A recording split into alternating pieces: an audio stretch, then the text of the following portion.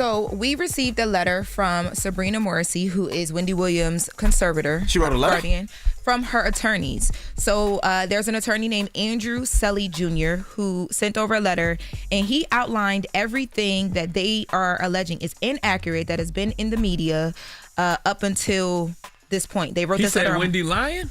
He said that there has been a lot of inaccuracies and misleading untruths in the media. So the court actually, who sealed everything and told Sabrina she could not make comments on stuff, is allowing for certain things to be cleared up. And here's what they are clearing up. So when it comes to the guardianship, they say, or they allege, that Sabrina, as Wendy's guardian, did not declare Wendy Williams to be legally incapacitated because no guardian has that power. That happens by a court. And that's not just for Wendy's case. That happens in every case like this. And specifically for Wendy's case, it was put in place by the Supreme Court of New York City. Now, they say when it comes to Wendy's medical condition, the incapacity in that determination, the guardian also does not determine that. That according to them, this happens by doctors and medical professionals. And they allege that in 2022 and 2023, Wendy was examined at 2 hospitals where they found frontal lobe atrophy. And they say it got worse, according to these legal documents that they have, in 2023, when she was diagnosed with a condition that causes progressive decline over time, which I'm assuming they're talking about the frontal dementia that we've been having conversations about. Now, on Wendy's living conditions, they say that Wendy is, currently living under the care that was deemed appropriate by a court based on her diagnosis and based on what medical professionals are saying. They point out that where Wendy resides right now is an assisted living facility with spa treatments, workout room, 24/7 medical oversight, excellent food, a dining room, outside terraces, and that she's able to leave the facility, and she has done so to shop, for meals, for medical appointments. When? Now, when it comes to Wendy being able to see her family, this law firm says, or is alleging, that Sabrina, the current conservator, has never denied Wendy access to her family. They say that Wendy has never been kept away from her family, that whenever she wants to see them or call them, she is able to. They're also able to come and visit her in New York City, and that Wendy has been able to go and see family twice. Yo, but what's crazy is, didn't you go there? Didn't you try to go there, and it was kind of like a whole situation? Like, you couldn't even get in. You had to lie, say who you was, and like, yeah. Now you're asking the right questions, damn it. That is what happened. That is what happened when I went there. And then on Wendy's money, they say Wendy's assets have been under professional management and are under court supervision. And anytime money moves, so anytime there's a disbursement of any sort, this is reviewed and approved by the court. They also make a point to mention that Wendy is not working and has no source of earned income. I don't know why that was put there, but they make it a point to say that as well too. I thought that was a little shady.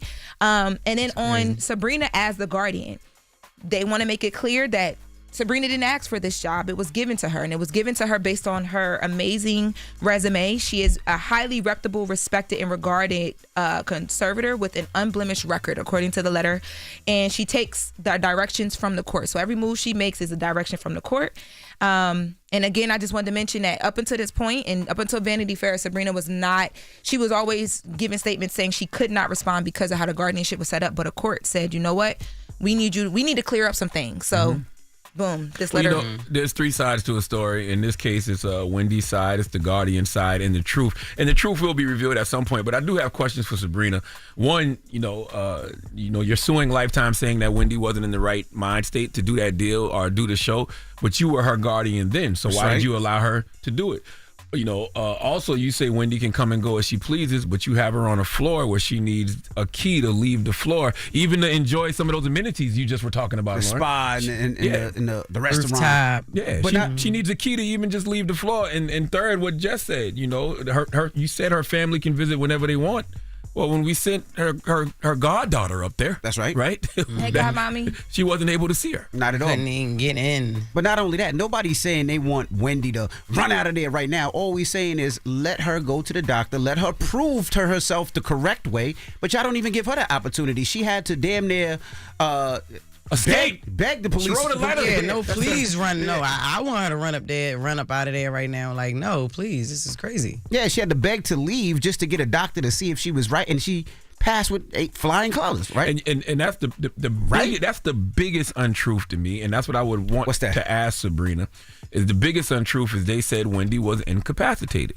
Yes. But she's clearly not. Yes. So why are you, as her guardian, letting that story be out there? We're talking to her. And they do mention that the guardian and the court has asked for another evaluation of Wendy. Mm-hmm. And I will say that I also reached out to the attorneys on the A&E side, Roberta Kaplan's team, and I asked them what's happening right now with that. And they say the same thing. They're just waiting on that evaluation to happen again, because right now even that lawsuit is on hold until. Everybody's waiting on this new evaluation. And I'm trying to figure out if what Wendy did the other day at the hospital can be in place of that or not, but I haven't gotten an answer to that. But I did talk to... Hold on, one more thing, Lauren. Go ahead. Tell them that letter was sent when? The letter was sent March 6th. So before the events of yesterday? Yeah, before the events of yesterday. We received this letter on March 6th.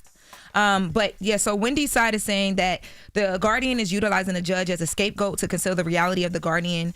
To conceal the reality that the guardian has the ability to suggest easing the restrictions, to Envy's point, on Mrs. Williams, or to free Wendy from the most stringent guardianship that a competent individual has been subjected to, as the guardian ignores the obvious. Wendy Williams is not incapacitated. So to the effect of what, obvious, right? It's just asking for things to be eased up a bit. And that's all I would ask. I would want to ask Sabrina. Like, the biggest untruth that I've heard in this whole situation is Wendy was incapacitated. Yeah, but she's not. But at so the end why of the day, why is she as a guardian letting that be out there? Wendy's asking, "Hey, I'm not. Let me test. Let me go to a doctor. Let me prove it," and they won't even allow her to prove it. Well, that's the craziest thing. They're saying has that's anyone talked to the cats? Yeah.